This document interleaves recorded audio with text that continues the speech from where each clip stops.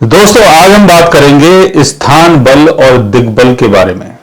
क्योंकि आपने बहुत बार सुना होगा स्थान बली, दिग्बली। अगर प्लेनेट अपनी ऐसी पोजीशन में है जहां पर उसको स्थान बल मिलता है, जहां वो दिग्बली हो जाता है, तो उसके कारण क्या क्या चीजें होती हैं और स्थान बल और दिग्बल का कोई मतलब होता है या नहीं होता है, या ये सिर्फ बातें हैं। लेकिन उससे पहले पिछले कुछ दिनों से मैं प्रॉपर तरीके से वीडियोस नहीं बना पा रहा हूं, डेली नहीं बना पा रहा हूं, डेली शूट नहीं कर पा रहा हूं, क्योंकि कभी कोई काम, कभी कोई काम, कभी कोई काम, कभी कोई काम, कुछ ना कुछ काम आता रहता है। और मैं ये देख रहा हूं कि मैं किसी काम का इंसान नहीं हूं, बहुत बड़ा फेलियर हूं। क्योंकि एक ये काम बहुत अच्छा काम है, 5 मिनट तो बोलना ही है, ये भी नहीं कर पाता मैं, तो समझो कि मैं क्या करूंगा फिर। यानी मेरी कुंडली में कुछ ना कुछ ऐसा योग जरूर चल रहा होगा जिसके कारण इतनी बड़ी परेशानी आ रही है कि मैं रोज रोज काम नहीं कर पाता हूं। आप लोग चाहते हैं कि नई नई वीडियोस आए, नई नई चीजें आए, लेकिन मैं बहुत बड़ा बोरिंग इंसान हूं। क्या कर सकते हैं? सुधरने की कोशिश करूंगा, कुछ ना कुछ सुधार लेके आऊंगा, जल्दी कुछ ना कुछ करूंगा ताकि मैं रोज डेली आपके लिए कुछ नया कर सकूं। लेकिन लाइफ कुछ ऐसी बन चुकी है कि यहां पर फ्री होना बड़ा मुश्किल हो जाता है। कई बार ऐसा लगता है कि चलो मॉर्निंग में काम करेंगे, मॉर्निंग आती है तो सोचते हैं चलो इवनिंग में काम करेंगे। अब इवनिंग भी पार हो जाती है तो सोचते हैं नेक्स्ट डे काम करेंगे। कभी कुछ कोई ना कोई काम लगा रहता है। बट मेरी कोशिश ये रहेगी कि मैं आगे चल के कुछ अच्छा करूं, आप लोगों के लिए डेली वीडियोस बनाऊं, डेली अपलोड करूं। ये सारी चीजें आगे हो सकती हैं, लेकिन अभी के लिए आई एम सॉरी। तो हम स्टार्ट करते हैं दिग्बल और स्थान बल से। एग्जाम्पल के तौर पे जुपिटर अगर 4th हाउस में होता है तो जुपिटर यहां पर बहुत स्ट्रांग माना जाता है, क्योंकि 4th हाउस में जुपिटर अपने एक्सल्टेशन में होता है। जुपिटर अगर 9th हाउस में होता है तब भी जुपिटर को बहुत स्ट्रांग माना जाता है, बिकॉज 9th हाउस जो है वो जुपिटर का हाउस ही माना जाता है, 9th हाउस। मंगल अगर 10th हाउस में होता है तो मंगल को बहुत स्ट्रांग माना जाता है, क्योंकि 10th हाउस में मंगल अपने उच्च स्थान में होता है।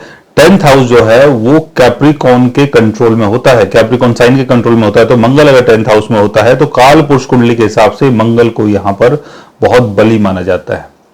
वैसे ही आपका सूर्य अगर 1st हाउस में है तो बहुत स्ट्रांग माना जाता है, क्योंकि 1st हाउस में काल पुरुष के हिसाब से एरी साइन आता है और सूर्य 1st हाउस में उच्च का होता है काल पुरुष के हिसाब से। इसलिए सूर्य अगर 1st हाउस में है तो सूर्य को वहां पर स्थान बल प्राप्त होता है। मून अगर 2nd हाउस में है तो 2nd हाउस में मून को स्ट्रांग माना जाता है, क्योंकि 2nd हाउस में टॉरस साइन आता है काल पुरुष के हिसाब से और मून वहां पर अपने एक्सल्टेशन में होता है। मून अगर 4th हाउस में होता है तो 4th हाउस में कैंसर साइन आता है काल पुरुष के हिसाब से, तो 4th हाउस में भी मून बहुत स्ट्रांग माना जाता है। तो इस तरीके से बहुत सारे प्लैनेट्स हैं जो अपने अपने उच्च स्थान में जब होते हैं तो उनको स्थान बली बोला जाता है, स्ट्रांग बोला जाता है। लेकिन कई बार ऐसा होने के बाद भी हमें प्रॉपर तरीके से बेनिफिट क्यों नहीं मिलता? इसके पीछे का क्या कारण है? इसके पीछे का एक ही कारण है कि जिस राशि में जो प्लेनेट बैठा हुआ है उस राशि का लॉर्ड कहां पर प्लेस्ड है। जैसे मैंने आपको बोला कि मंगल अगर आपके 10th हाउस में है तो मंगल को यहां स्थान बल मिलेगा, बहुत अच्छा काम करेगा। लेकिन मंगल जिस राशि में प्लेस्ड है 10th हाउस में, चाहे वो कैप्रिकॉर्न हो, चाहे वो टॉरस हो, चाहे वो एरीज हो, एरीज में तो मंगल खैर अपने ऑन साइन में होगा, चाहे वो कैंसर हो, चाहे वो सेजी हो, चाहे वो एक्वेरियस हो, कोई भी साइन 10th हाउस में आ सकता है। उस साइन का लॉर्ड कहां पर प्लेस्ड है? अगर वो अपने डेबिलिटेशन में होता है, वीक पोजीशन में होता है, राहु शनि केतु के साथ होता है, 6th house, 8th house, 12th house में होता है, तो यहां पर बैठा हुआ मंगल चाहे कितना भी बलवान हो, लेकिन फिर भी उसके कारण आपको बेनिफिट नहीं होता है। वैसे ही 1st हाउस में अगर सन की प्लेसमेंट है, सन एरीज साइन में है या सन अपने ओन साइन में है। ओन साइन में है तो अच्छी बात है, ओन साइन में बैठा हुआ प्लेनेट आपको काफी बेनिफिट देता है, लेकिन उसके लिए भी आपको ये देखना पड़ेगा कि कहीं उसके ऊपर शनि का एस्पेक्ट तो नहीं है, कहीं राहु का एस्पेक्ट तो नहीं है, कहीं केतु की प्लेसमेंट तो नहीं है। फर्स्ट हाउस के लॉर्ड के साथ ये सारी चीजें देखी जाती हैं, लेकिन फर्स्ट हाउस में अगर सन की प्लेसमेंट है, सन किसी और साइन में प्लेस्ड है, तो उस साइन का लॉर्ड कहां पर प्लेस्ड है। अगर वो वीक हो जाता है, नवमशा चार्ट में भी अगर वो अपने डेबिलिटेशन में होता है, वीक पोजीशन में होता है, तो फर्स्ट हाउस में बैठा हुआ सन भी आपको ज्यादा बेनिफिट नहीं दे सकता है। फर्स्ट हाउस में सन एरीज साइन में है, लेकिन सन का जो लॉर्ड है, एरीज साइन का जो लॉर्ड है मंगल, अगर वो कंबस्ट हो जाता है तो फर्स्ट हाउस में बैठा हुआ सन किस काम का। इससे आपको कोई भी बेनिफिट नहीं होगा। तो इस तरीके से आप स्थान बल और दिग्बल को समझ पाएंगे। लेकिन आप ये सोचते हैं कि जुपिटर अगर मेरा फर्स्ट हाउस में है या मेरा फोर्थ हाउस में है, मेरा सेकंड हाउस में है, नाइन्थ हाउस में है और इसको स्थान बल प्राप्त है, ये बहुत स्ट्रांग पोजीशन में है। मंगल मेरा 10th हाउस में है, बहुत स्ट्रांग पोजीशन में है। सैटर्न मेरा 10th हाउस में है, सैटर्न मेरा 7th हाउस में है, लिब्रा साइन में है, बहुत स्ट्रांग पोजीशन में है। तो हकीकत में ऐसे में सैटर्न स्ट्रांग नहीं हो सकता है जब तक सैटर्न का लॉर्ड, सैटर्न जिस राशि में बैठा हुआ है, वो अपनी स्ट्रांग पोजीशन में ना हो। ये समझना, ये देखना बहुत जरूरी है, तभी आप एक्चुअल में स्थान बल और दिग्बल को समझ पाएंगे और उसके थ्रू बेनिफिट उठा पाएंगे। लेकिन अगर आपका मंगल 10th हाउस में है लेकिन उसका लॉर्ड शनि कंबस्ट हो गया है, तो आपको 10th हाउस में बैठा हुआ मंगल भी बेनिफिट नहीं करवा पाएगा।